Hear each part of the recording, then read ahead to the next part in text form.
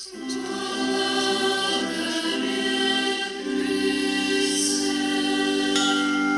не сядайце. Калі ласка, падыдзіце да мяне. Хачу з вами сёння паразмаўляць. Хлапцы, давайце, дзяўчаткі. Пакажыце, колькі вас сёння. О, хвала Христу. Усіх вітаю. Так, ну давайте. Хочу вас запытаться на початку про Евангелие. Хто з вас слухав Евангелие уважливо? Я попереджу, что буду пытаться. Евангелие — это то, что я читал только что. Хто з вас пам'ятає, про кого там было? Хто був самым главным героем у сьогоднішнього Євангелія? Пам'ятаєте, може? Там було шмат ім'янів, шмат яких таких речей. А хто був самый головний, як ви думаєте? Пам'ятаєте, там було таке ім'я, подобне як моє ім'я. Хто веде моє ім'я? І да, моє ім'я Ян, правильно. І про кого, як ви думаєте, було у Євангелії тому? Ян, про Яна. Якого Яна ви ведаєте, якогось знакомитого? Ну, скажи. Христос Ян. Хреститель Ян.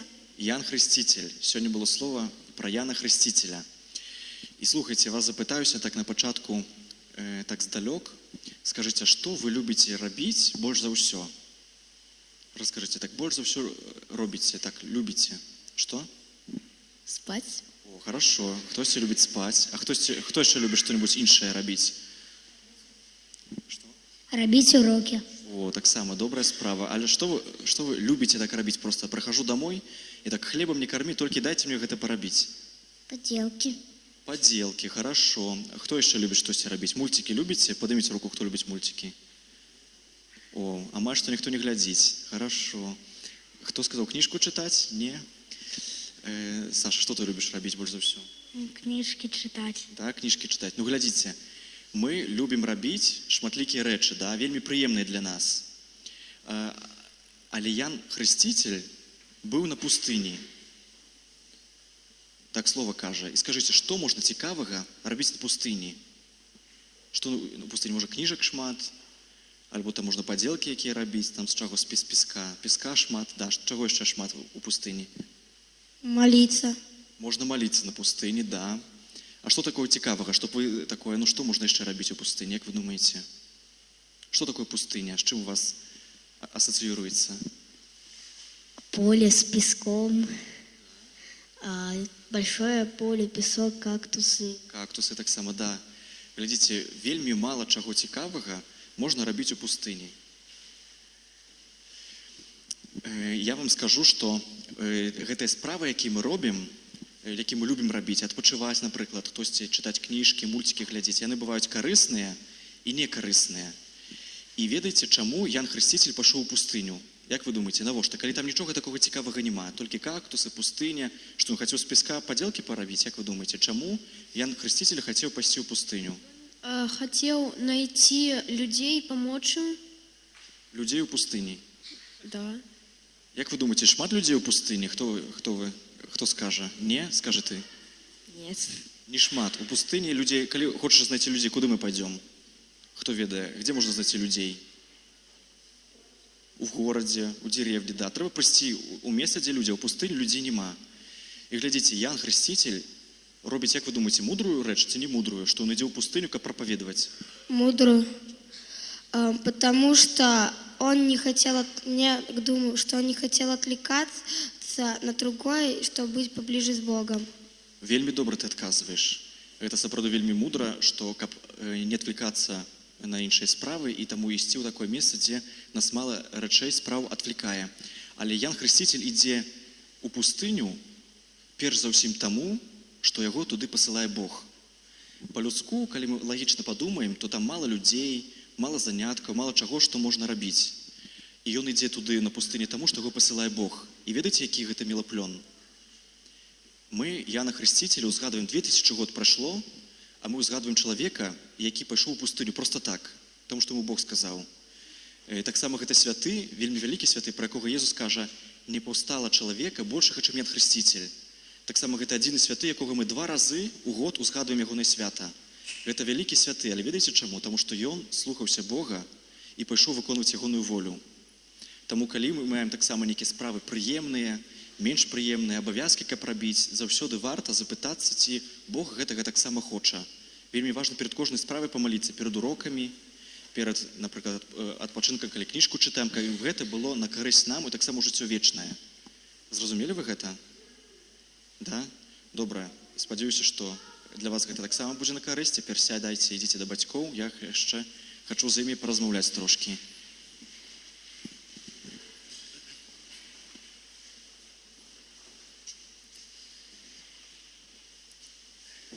Марнасць над марнасцямі. Усё марнасць і пагонь за ветрам. Так распачынае сваю кнігу Эклезіаст, Кехілет, яшчэ яе іначай называюць. У Бібліі знаходзіцца гэта кніга мудрасці, якая з'яўляецца натхнёнай, біблейнай, і яна кажа, што ўсё марнасць. А што такое марнасць? Марнасць гэта калі мы марнуем час. Марнасць гэта калі мы робім штосьці бессэнсоўнае, неўжытэчнае, нікаму не патрэбнае. І Кахілет, гэта Эклезіаст, кажа, што ўсё марнасць. Усё, што б мы не рабілі, ўсё гэта марнасць. І вельмі складана, каб менавіта знайсці сэнс у справах зямных, што мы робім. Паглядзіце, вучоныя у сярэднявеччу, яны нават далі такое апределенне, такую дэфініцыю чалавеку, што чалавек гэта жывёла разумная. Мы разумныя, мы патрабуем сэнсу. Мы не хочам, каб наша праца, наш адпачынак, каб гэта было марнасцю, каб гэта было марнаваннем часу, каб гэта было нікому не патрэбнае. Мы патрабуем сэнсу. І большасць тых людзей, якія, напрыклад, даконваюць самабойстваў, яны робяць не таму, што яны страцілі здароўе ці багацце, але перш за ўсё яны страцілі сэнс. Яны страцілі любоў, можна сказаць. Калі не маеш сэнсу, не маеш навошта жыць. Мы патрабуем, каб штосьці было рацыяй нашага жыцця. І Эклезіаст кажа, што ён выпрабаваў у жыцці ўсё. Ён бачыў шматлікія рэчы. Дарэчы, захвочу, каб прачытаць гэтую кнігу, яна не такая вялікая. І ён кажа, што бачыў людзей, якія працавалі, зарабілі вялікія дабыткі, і гэтыя іхныя маёнткі даставаліся іншым людзям, чужым людзям, якія над гэтым маёнткам не працавалі часамі, альбо заўсёды амаль што не працавалі. І Эклезіаст кажа, што адзінае, што вечнае, адзінае, што мае сэнс, гэта Бог, які суддзя. Толькі ў ім ёсць менавіта гэты сэнс, каб мы маглі жыць, каб мы маглі працаваць, каб мы маглі адпачываць. І калі мы паглядзім на Яна Хрысціцеля, сапраўды ён чыніць рэч па-людску глупую, ідзе прапаведаваць у пустыню. Але па-божаму ён яго запытаўся. Гэта Евангелие распачынаецца так, што слова было скіравана да Яна у пустыню, каб ён пайшоў у пустыню таксама, каб ён там прапаведаваў таксама. І самае важнае, што мы можам рабіць у нашым жыцці, гэта менавіта чыніць волю Бога. Таму што гэта штосьці вечнае, штосьці трывалае, што нас трымае пры жыцці, што надае сэнс нашаму жыццю, і гэты сэнс, ён менавіта на жыццё вечнае, ён не заканчваецца. Эклезіаст кажа, што менавіта ўсё прамінае, ўсё пагоня за ветрам, усё цыклічнае, але адзіна, што вечна гэта Бог, это вельмі важна. Таксама чаму Ян ідзе ў пустыню, гэта вельмі важнае месца для народу ізраільскага, таму што ў гэтым месцы народ ізраільскі зараджаецца, там яны пазнаюць Бога, там сапраўды няма нічога, што б нас адвлікала, што б забірала нашу увагу. Там ёсць толькі сапраўды пясок, толькі я і толькі Бог. І таму гэтае месца было, калі памятаеце, народ Ізраіля выходзіў з Егіпта, і 40 год яны блукалі па пустыні. Там яны вучыліся пазнаваць Бога. І калі мы хочам сустрэць Бога зноў, яшчэ раз у нашым жыцці, то мы таксама мусім, як Ян Хрысціцель, выбірацца на пустыню, каб там шукаць Бога і слухаць Яго. Таксама Ян Хрысціцель ідзе абвяшчаць навяртанне, пакаянне з грахоў. Я чытаў такую кніжку пра Юду, амерыканская аўтара, яна з'яўляецца гісторыкам, яна раілася з гісторыкамі Ізраіля, таксама з юрыстамі, яна напісала такую кніжку цікавую «Апалогія Юды», але яна дае вельмі цікавы такі кантэкст гістарычны дзеяў Езуса Хрыста, пра які мы забыліся, што Езус Хрыстос жыў у часе, калі вельмі з вялікім напружаннем чакалі Месію. Я калі думаў пра гэта, думаў, з чым гэта такое чаканне можна параўнаць. І прыдумаў, што каб мы, беларусы, гэта зразумелі, напэўна, усе ведаем, што ў нашай краіне ёсць людзі, якія таксама чакаюць пакуль, напрыклад, зменіцца прэзідэнт. Яны чакаюць з вялікім такім напружаннем, калі ж гэта ўжо здарыцца. І я думаю, што чаканне на месію было яшчэ большае. Яны чакалі некалькі сотен год, некалькі тысячаў год, калі прыйдзе месія, і прыходили розныя палкаводцы, розныя людзі, і таксама былі розныя групы людзей, залёты, цэлыя секты людзей, якія збіраліся, каб збройным чынам змагацца з непрыяцелем, з акупантам рымскім, каб вярнуць Ізраілю незалежнасць. Яны з вялікім напружаннем чакалі месію, і таму людзі вельмі ахвотна ідуць да Яна Хрысціцеля. Таксама другая рэч, якую чакалі людзі часоў Езуса Хрыста, гэта было прабачэнне грахоў. Ёсць такі святы Херанім. Калі памятаеце, можа хтосьці ведае, гэты святы, ён знакаміты з таго, што ён пераклаў Біблію на мову лацінскую. Гэта адзін з самых важных перакладаў у гісторыі людзей, у гісторыі чалавецтва. Вельмі шмат іншых перакладаў менавіта перакладвалася з лацінскай мовы. І ён вельмі вялікую працу даканаў. Калі мы будзем вучыцца таго, што зрабіў Херанім, то мы бачым сапраўды вельмі вялікая праца. Увогуле, гэта перакласці Біблію на іншую мову, нават ту, якую ведаеш сам, гэта сапраўды вельмі складана. Гэта не проста перакласці тэкст, нейкую працу даканаць. Гэта сапраўды вельмі цяжкая рэч. І гэты монах Херанім, ён прыехаў у Віфлеем, каб жыць у святой зямлі, каб перакладваць Біблію. І ён у пэўны дзень дазнаў такое містычнае здарэнне. Да яго прыйшоў Езус у візіі і кажа яму так: Херанім, мне вельмі падабаецца твая справа, то, што ты робіш, ты добры монах, але я хачу, каб ты мне штосьці даў. Дай мне штосьці, нейкі дар для мяне. І Херанім вельмі усцешыўся, кажа, што вау, нарэшце я бачу Езуса, візію маю, вялікую справу раблю, што Езус мяне дацэньвае. І кажа: Езу, я хочу аддаць табе самае каштоўнае, што я маю, усе мои пераклады, працу, Біблію, ўсё, што я зарабіў да гэтай пары, хачу гэта ўсё табе аддаць. Езус кажа: ну добра, дзякую, класна, што ты такі шчодры, але ведаеш, гэта не тваё. Гэта маё слова, якое ты перакладваў, тому што я даў табе такую здольнасць. І Херанім таксама хацеў яму сваю здольнасць аддаць. Ён быў монахам, ён не меў ніякіх матэрыяльных рэчаў.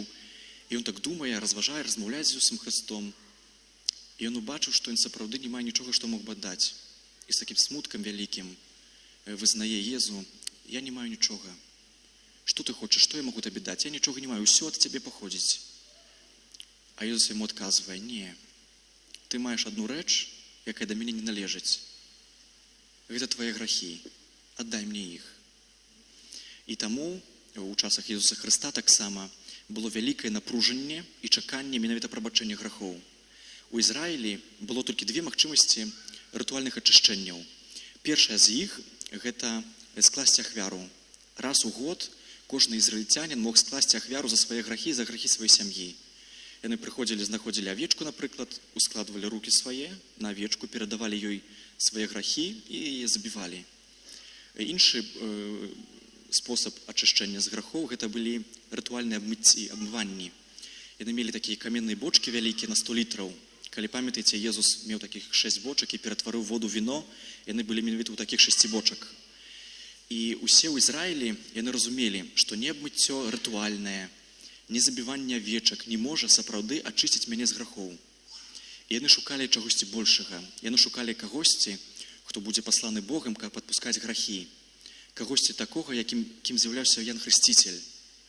Ён менавіта абвяшчаў пакаянне, казаў людзям, што яны павінны выракацца сваіх грахоў, і тых, хто да яго прыходзіў, ён іх слухаў, яны вызнавалі свае грахі, абяцалі, што больш не будуць грашыць, і ён іх акунаў, абмываў. Гэта быў вельмі важны рыт, які таксама падрыхтоваў, можна сказаць, гэта прасповедь такая, амаль што споведь, якую мы сёння ведаем, але з якой карысталіся шматлікія людзі. Мы чытаем у Бібліі, што людзі з Юдэі, з Іерусаліма прыходзілі менавіта да Яна Хрысціцеля, каб хрысціцца. І паглядзіце, Слова Божае з'яўляецца чымсьці, што надае сэнс нашаму жыццю. Кожная ідэя, кожны сэнс, ён застае ідэяй, пакуль мы яго не зачнем рэалізаваць, чыніць. Так як зярнятка, Слова Божае упадае на зямлю. І уся праца таго, што вырасце з гэтага зярняці, які яно прынясе плён, усё залежыць ад зямлі, не ад зярнятка. Усе зерні яны больш-менш аднолькавыя. Але ад зямлі, ці яна затоптаная, ці яна сухая, ці яна цвёрдая, ці яна добра менавіта навожаная, ці яна вільготная, ад гэтага залежыць плён Божага Слова, ці яно будзе дзейнічаць у маім жыцці. І як мы чытаем на пачатку гэтага Евангелія, была тут напісана кантэкст гістарычны, што тэтрархам быў такі, што Понцій Пілат быў такі, што архісвятар быў такі. У канкрэтны момант да канкрэтнага чалавека, у канкрэтную сітуацыю прыходзіць Слова Божае. І ад таго, як мы яго будзем прымаць, як мы будзем з ім супрацоўнічаць, ці мы будзем даваць яму жыццё, залежыць наш плён. Ад гэтага залежыць, ці я буду мець сэнс жыцця, ад гэтага будзе залежыць, ці мае сцежкі, ці мае пагоркі будуць роўныя. Сёння ў першым чытанні ў Евангеліі мы чуем менавіта пра пагоркі, што Бог хоча зраўняць пагоркі і выраўняць даліны. Гэта менавіта тыя грахі, якія перашкаджаюць нам з ім сустрэцца. Таму сённяшняе слова нас захвочвае да двух такіх рэчаў вельмі важных. Па-першае, каб мы раўнялі пагоркі, каб мы шукалі прабачэння нашых грахоў, каб мы шукалі споведзі, а па-другое, каб мы супрацоўнічалі з Божым Словам. Таму што можна рабіць вельмі шмат рэчай, вельмі шмат заняткаў, заданняў, адпачынкаў маем у нашым жыцці, але вельмі важна, каб мы гэта рабілі, пытаючыся Бога, каб нашыя чыны былі супрацоўніцтвам з Словам Божым, з Божай воляй. Таму таксама захвочваю, каб у гэты адвент не проста пасціцца дыетай нейкай, але каб слухаць Слова Божае, каб яго чытаць, каб яго уводзіць у чын, у працу. Бо да гэтага нас запрашае Хрыстус і сённяшні вялікі святы Ян Хрысціцель. Амен.